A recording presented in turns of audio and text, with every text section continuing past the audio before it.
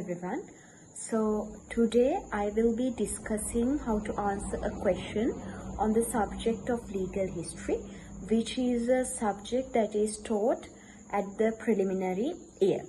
So first I will go through an introduction on what the structure of the paper of legal history is, because this is the first video on how to answer a question in the paper of legal history. So first what you need to understand is the paper consists of 10 questions, and from that this is a little bit different from other question papers that are in the preliminary year, in that 8 questions are from the subject area of legal history and 2 questions are from the subject area of Roman law. So however, this is not like law of persons, in that you do not need to choose a Roman law question as a mandatory question. That is to say, there is no part 1 and part 2. You have to answer 6 questions as in all other papers, and the 6th question can either be from all legal history questions, or you can choose one Roman law question, or you can attempt both Roman law questions. And that means if you are not confident in the Roman law part, you can only attempt questions in the legal history section. Right? So keeping that in mind, the structure is the same in that you have to answer 6 questions in 3 hours. That means the time allocated is 30 minutes for each question, and you get the first question is a mandatory question. You get 20 marks for the first question as in all other papers, and for other 5 you get 16 marks for each question equally. That means at the end of the day you get 100 marks divided. The first question, mandatory question 20, another 5, 16 marks each. So one of the most important things in any paper, regardless even if it isn't legal history, is that you attempt the question within the time limit, because in the law college in any year, if you do not answer all 6 questions, it's nearly impossible for you to pass the exam. Because if you only write 5 questions, then you start from 80 marks, because if it is the mandatory question that you haven't answered, then 20 marks is cut off from the very beginning. Others, 16 marks are cut off from the very beginning if you don't answer one question. So it's very important that you answer all 6, then only you can get to a good mark or even pass the exam. So time management is very important because of that reason. So another important thing is, when you enter the examination room, the first thing you need to do is fill the form or fill the answer sheet with the required information, such as the examination number and other what's the year and other things that are asked from you to fill in the answer sheet. This is very important that you do this at the very beginning without panicking about the paper, because if you postpone to do this in the last 5 minutes, it will be a disaster. Because the last 5 minutes is the most crucial of your question paper, and you are not you cannot waste it on filling a form regarding your examination information. That 5 minutes is to go through the answers, to polish your answers, and to make sure that you have answered all 6 questions to your satisfaction. So very important, when you enter the examination room and then you sit down at your desk, then first thing fill the form. Then only you will have to move on to the question paper.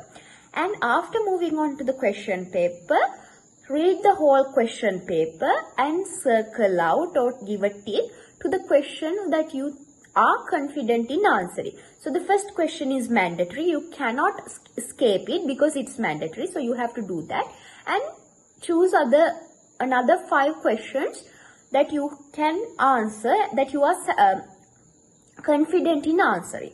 So these, now some students will have more than 5 questions.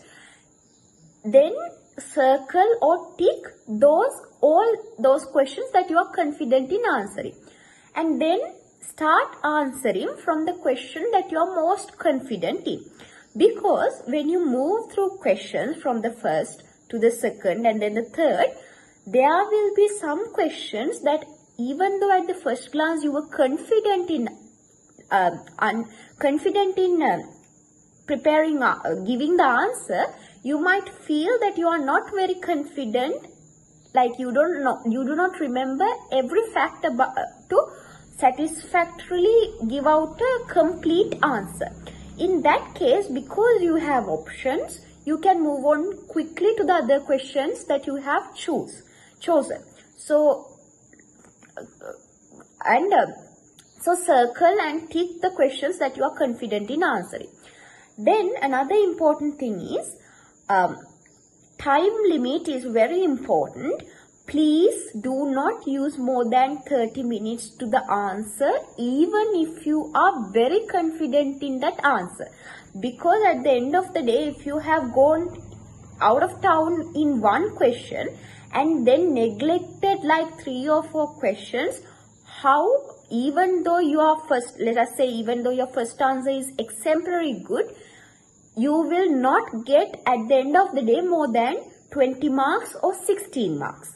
So because you have written pages, that does not mean that you get more than the given marks for that question. So keep to the time limit, because then, like, if let us assume that you try the mandatory question and in the 30 minutes you have written about 3/4 of the question. Stop writing and then move on to the second question that you have chosen. This is because some of the questions are easier than the others and will require less time. That means, now let us assume that second question you write a good answer in only 25 minutes. The other 5 minutes, don't go to the third answer. Write the first answer, the part that you have kept not answered. Then move on to the third question. That's how you manage the time. And do not try to polish your answers using the time that is dedicated to the other questions. Because at the end of the day, if you haven't answered 6 questions, passing the exam is not possible. I am not even going to say that it's not easy, it's not possible, because you start by deducting 16 marks or 20 marks, and it's very hard to get full marks for a question or even 10 marks for a question. So keep in mind 6 questions is very important. You cannot skip out on an answer, right? So keeping that in mind, so legal history paper, as I mentioned at the beginning, 8 questions from the legal history part and 2 questions from the Roman law part. You are not required to write a Roman law question mandatorily. You can choose all 6 questions from the legal history part, or you can choose one Roman law question, or you can choose both Roman law questions. That is up to you. Whatever you feel confident in, write the answers to. Now, then, like, another tip is, please read the question very carefully, because sometimes the questions give us the hint as to what extent you are required to write the answer to. It limits the answer. So that I will show you in a minute in my discussion in the of the exam paper. So I have taken the 2019 October Legal History and Legal Systems paper. Now, the first thing there is given is answer 6 questions only. first question is compulsory and carries 20 marks. Every other question carries equal marks and time is 3 hours. The structure is basically this. This does not change. So if you practice this type of structure, that is good. Then the first question, as I mentioned before, is mandatory, right? So then if you take the paper, you can see from 1 to 8 all are from the legal history section, and the 9th and the 10th question is from the Roman law section, right? So whatever you feel comfortable in, please choose, right? And another thing is, please don't answer more than 6 questions in hopes of getting more marks, because the other questions that you write other than 6 questions will be cut out. You will not be given marks, because you are only required to write 6 questions, and sometimes they will not cut out the question that has least marks, but sometimes they will cut out the last question that you have written, even if it is the question that got the most marks. So please don't do that. Use your time wisely. 30 minutes per each question, 3 hours. Answer 6 questions. And you have to write the mandatory question. Without that, if you answer 6 questions without the mandatory question, again you will not get marks. Right? So keeping that in mind, I will be today discussing the first question in the Legal History and Legal Systems paper 2019 October. Right, so the first question is, now here the mandatory question is a little bit different in that it has 2 parts, A and B. So we'll move on to the part A. Part A says, describe fully the following sources of ancient Sri Lankan law. And then part A is divided again into 3 subparts. One is Perasirit. In brackets they have given former or immemorial customs. Second is Kulasirit, customs of clans and caste. Gamsirit, third is Gamsirit, and in brackets they have given customs mainly connected with land holding in villages. Right, now the importance of reading the question is that it gives you the extent to which you have to elaborate in the answer. Now the first A, 1A says that describe fully. That means you cannot just give a definition and move on. You have to describe fully, right? So they have also given the following sources of ancient Sri Lankan law. So you know that this question is regarding ancient sources of Sri Lankan law. Then they have given 3 subtopics that you have to describe fully. Now, because they have given 3 subtopics, your answer, it's enough that your answer is revolving around these 3 subtopics. You do not need to write about the other sources of ancient Sri Lankan law that is not mentioned here, because it's not an essay type question. You are asked to describe fully these 3 sources of ancient Sri Lankan law. So there is no need for an introduction, for a conclusion, for analysis. Just describe fully these 3 parts, right? So 1, Perasirit. So Perasirit, when you write the answer, first you have to define it. So Perasirit, customs observed by former kings, which the later kings followed as a matter of conservative policy. That is, the customs that have been handed down from generation to generation through the kings. Now, even if you don't remember the definition, a tip again. Perasirit, they have given in brackets former or immemorial customs, so that you can remember what Perasirit is. So even if you can't remember the definition, if you write this, what is given in the brackets, you will get some kind of mark. It's better to attempt the question than do nothing at all. Right, so it's basically they have given in the bracket what Perasirit is. It's former or immemorial customs. If you are very ready and if you have studied very good, then you can say it's customs observed by former kings which have been handed down to the later kings who have followed it. Then you have to say, now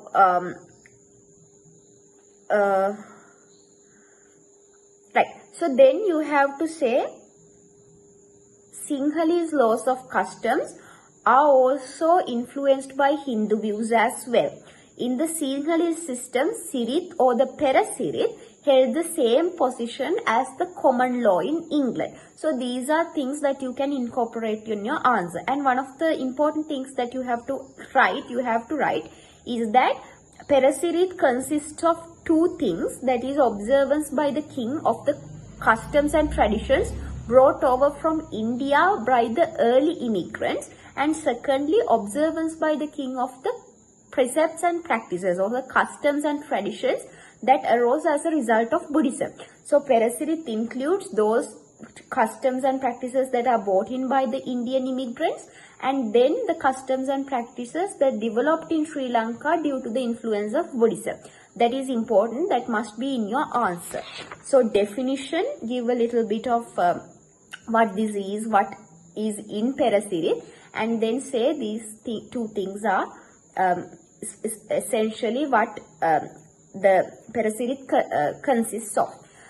Then that is enough for the first part, because the 20 marks here, as I mentioned before, there are two parts, A and B. Possibly they have given 10 marks and 10 marks for those questions. That means the marks for one part is a little less. So you do not have to go to length. So, and that definition and a little something more, and that two things that I said is enough. Then you go to Kula Sirit, and again customs of clans and castes. Essentially the definition is given in the question itself. You do not need to panic. Then it's the customs of clans and castes. So it's essentially, if I were to define it further, customs of clans or families again that are handed down from generation to generation. And family customs or kulachara may be defined. So they have given 4 definitions, 4 items under the definition. That is important, you have to write that. That is usages of a family that is transmitted successively, that is from generation to generation. Then it generally relates to matters affecting the members of a family in their relationship with other members of the same family. It's not a societal matter in that it's not customs that govern 2 people, but rather that govern 2 members of the same family. Thirdly, among the members of the family, it has an obligatory force and distinguishes the family by its rules from other families. That is to say, the customs and traditions or the Kula Sirit of one family is unique to that family, and therefore it creates a uniqueness in one family that distinguishes it from the other families. Then these rules chiefly concern adoption, marriage, descent and devolution of property. Those are kind of like personal things. These Kula Sirit govern personal matters, right? Then those 4 things are, you have to write those 4 things in your answer. So that is, and then you have to write that it's the customs of clans and castes. It's defined as customs of clans and castes. Therefore, you have to say Kula Sirit is not only the customs and traditions that govern families, it's also the customs and laws which each caste has to observe. That is Kula Sirit. That is enough for the Kula Sirit. Then you go to Gam Sirit. Now Gam Sirit, again in the brackets it is given customs mainly connected with land holding in villages. You can write it itself in the answer paper, that does not matter. Then you can say how the word comes, that is word Gama comes from the Sanskrit word Grama. That is to say, this is important because the Sanskrit word Grama does not only mean village but also land. Therefore, as given in the question paper itself, it's customs mainly connected with land holding in villages.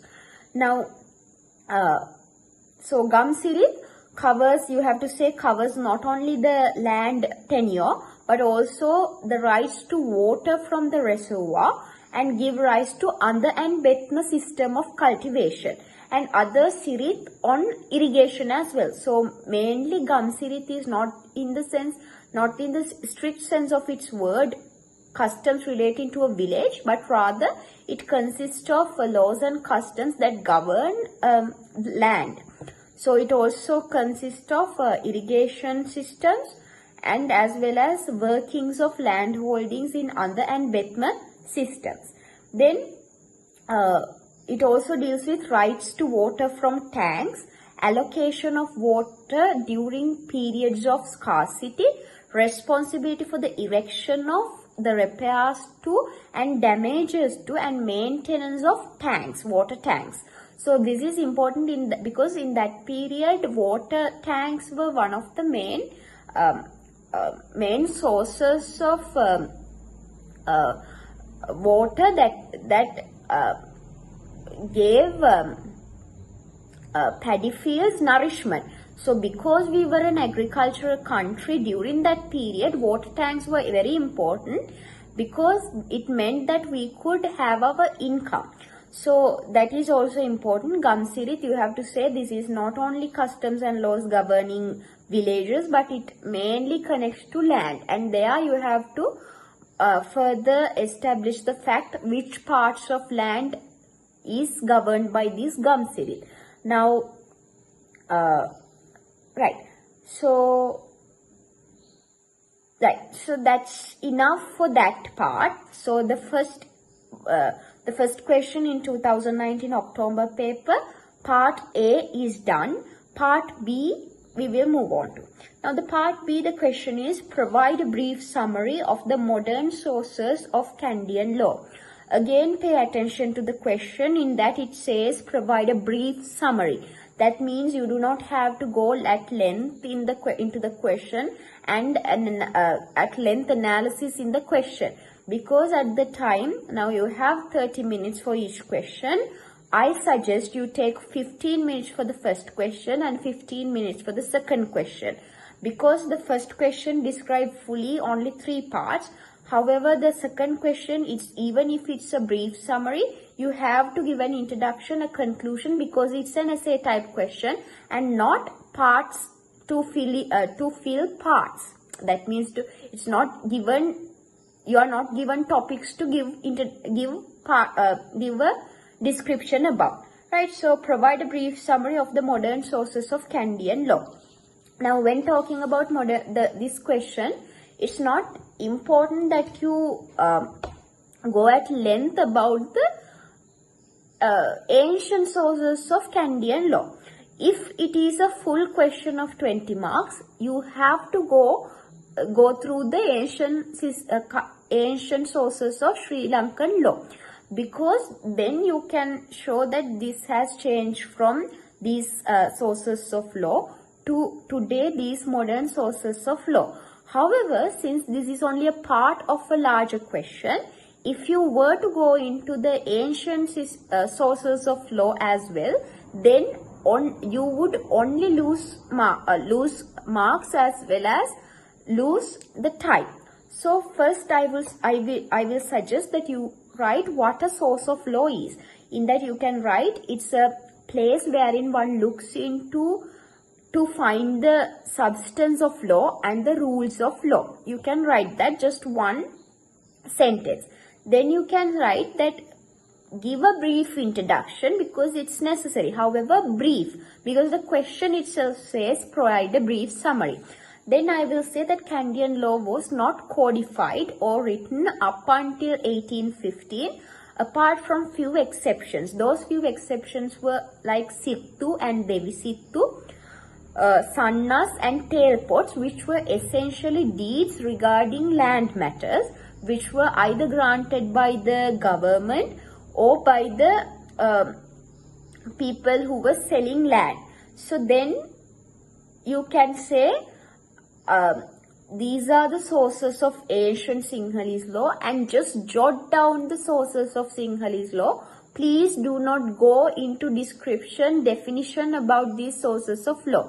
Only include this in your answer if you have time, because it will get you marks, additional marks, but do not go into them because it's not your question, it's not the question that is asked from you. Then quickly, you can write this in 1 minute or 2 minutes, then quickly move on to the important portion of the question, that is essentially to the sources, modern sources of Sri Lankan law.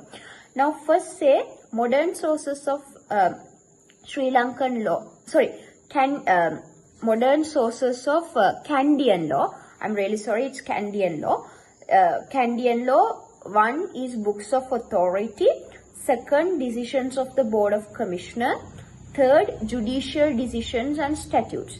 So, sources of modern Kandyan law are books of authority, decisions of the Board of Commissioner, judicial decisions and statutes. You have to write this very clearly.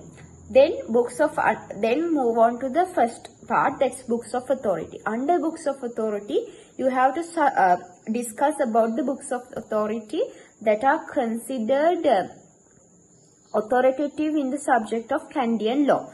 So you have to first write the different authors that there are that have contributed very much to the Kandyan law, or the development of the Kandyan law, codification of the Kandyan law. So you can mention John Doyley, who was a civil servant in Sri Lanka or Ceylon. His books are Sketch of the Constitution of the Kandyan Kingdom, Notes in his diary, that were later codified and published. So you can give a brief introduction, just do not go into town with all these authors, because at the end of the day, this is only one portion, one little portion of your whole answer. Then there is Simon Sowers, who is again civil servant under the British regime. He was the one who wrote Sowers Digest, which is an accepted work on Kandyan law. Then talk about John Armour, who wrote Ceylon Miscellaneity, which is a series of articles on the grammar of Kandyan law, or else known as Niti Niganduwa. Now then it's write about C.J.R. Le Messier and T.B. Panabokka, who wrote a translation of Niti Niganduwa, right? Then you can move on to the recent works which are of value to both practitioners and students, that is Kandyan and Buddhist Ecclesiastical Law by T.B. Disanayake and A.B. Kolinda Soisa, and secondly Sinhala Laws and Customs written by H.W. Thambaya. These two, now the first four that I mentioned, they are ancient books and digests. These two are more recent works on Kandyan law. Then you can talk about treatises of Modier and Haley, which focus on life and manners, laws and customs of the Kandyans. However, this is not considered authoritative because they were written in the 20th century.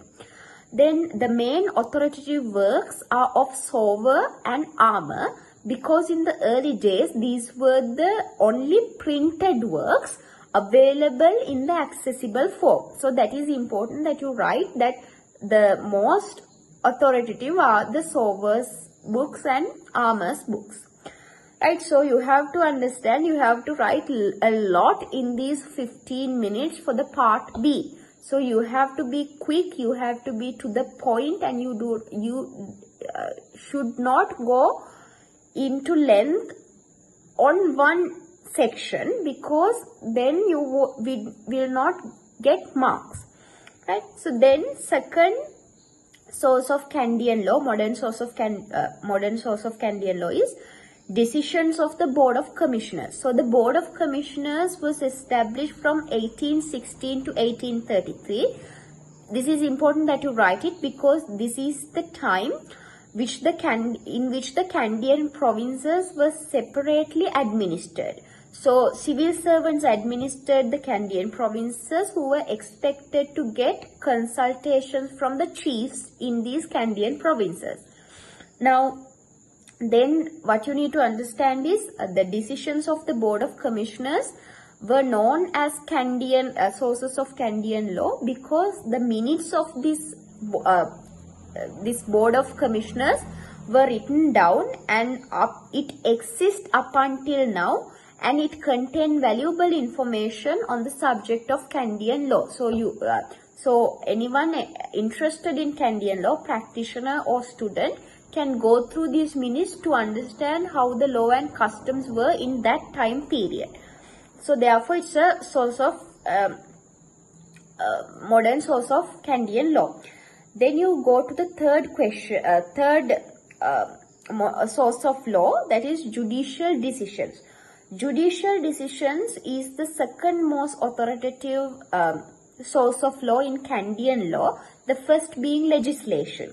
So judicial decisions, it's important to write that the Sri Lankan legal system is governed by the doctrine of stare decisis, because stare decisis basically means the decisions of a previous superior court binds the decisions of a future lower court. That means that if a previous superior court gives a decision on a Kandyan principle, then it binds the all other cases that comes before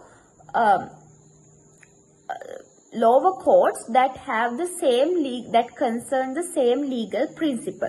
So you have to mention about stare decisis as well. Then you go to the last source of law in modern Kandyan law, that is statutes. Statutes, under that you can talk about Kandyan Marriage and Divorce Act and Kandyan Law Declaration and Amendment Ordinance. If you have time, please go give a little definition in the sense that what sections or what laws that these statutes govern, whether it's personal laws.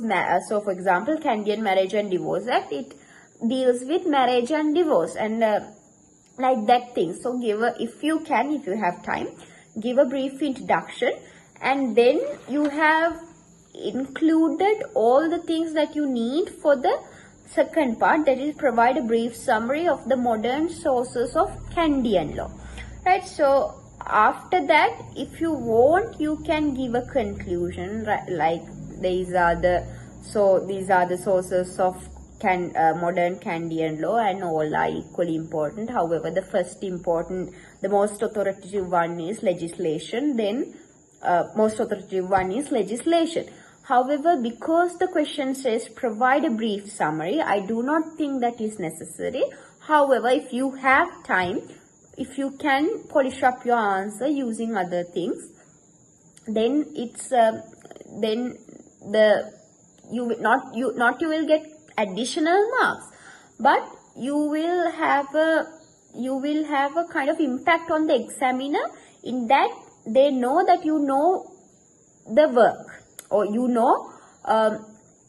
you have studied this section or this subject. Now so the mandatory question in this legal history paper 2019 October is quite easy in my view, because it only tries to examine you on theory, because neither of these requires case law. So it's very easy for you to give a full and satisfactory answer for this question, as you do not need to remember case law to answer this question. This is pure theory.